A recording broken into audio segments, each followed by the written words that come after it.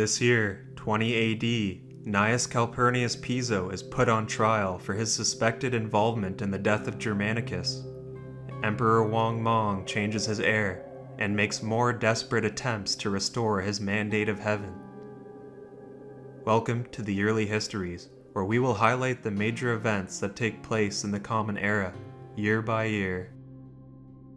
Last year, we saw the death of the popular Roman commander Germanicus, a new kingdom being established in Asia, the Indo-Parthian kingdom, and Wang Mang continuing to deal with ever-growing rebellious movements in China. In North Africa, the rebel Tacfarinas has to manage the large quantity of plunder that he and his army have accumulated from looting Roman villages in North Africa. He takes his rebel army to the Roman client kingdom of Mauritania, where he establishes a new base of operations for further actions against the Roman Empire.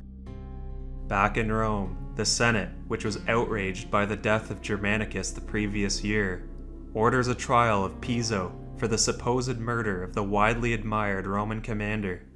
Emperor Tiberius, whose popularity has been greatly damaged throughout this whole affair, removes himself from the proceedings to ensure impartiality and disavows all knowledge of Piso's alleged conspiracy, while also not making one single attempt to aid the defendant in any way.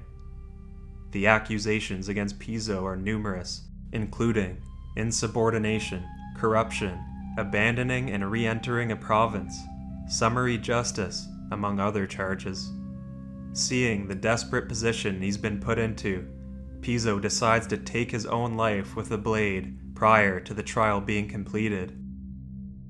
After the trial concludes, although the murder of Germanicus was one of the accusations brought against him, he was only actually found guilty of abandoning and re-entering Syria without authorization to wage war, and for violating Germanicus's imperium.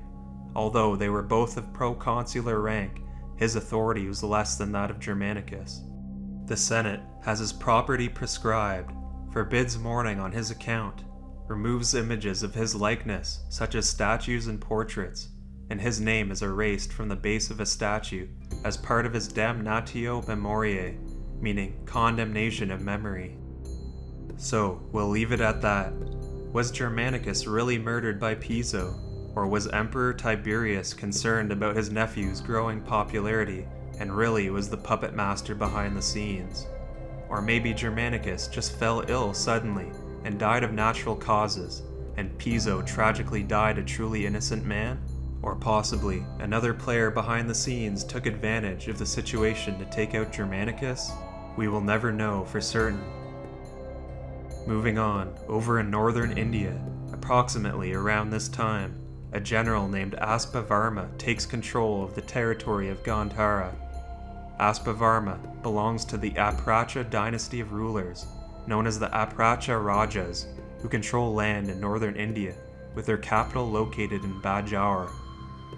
These people are suspected to follow the Buddhist religion and have held power in the region since 52 BC. Continuing on with the decade of unrest in China, Wang Mang makes more controversial and desperate decisions. He makes a sudden change to his presumed heir by deposing Crown Prince Lin, based on the rationale that trouble would come from the fact that Crown Prince Lin was younger than his brother Lord An, and thus Lin should not have been Crown Prince in the first place, a decision that Wang Mang had made himself years earlier after deciding his son Lin was more capable than the older brother An. He grants his son, Lord An, the title of the Prince of Xingqian, and the younger Wang Lin the title of the Prince of Tongyang.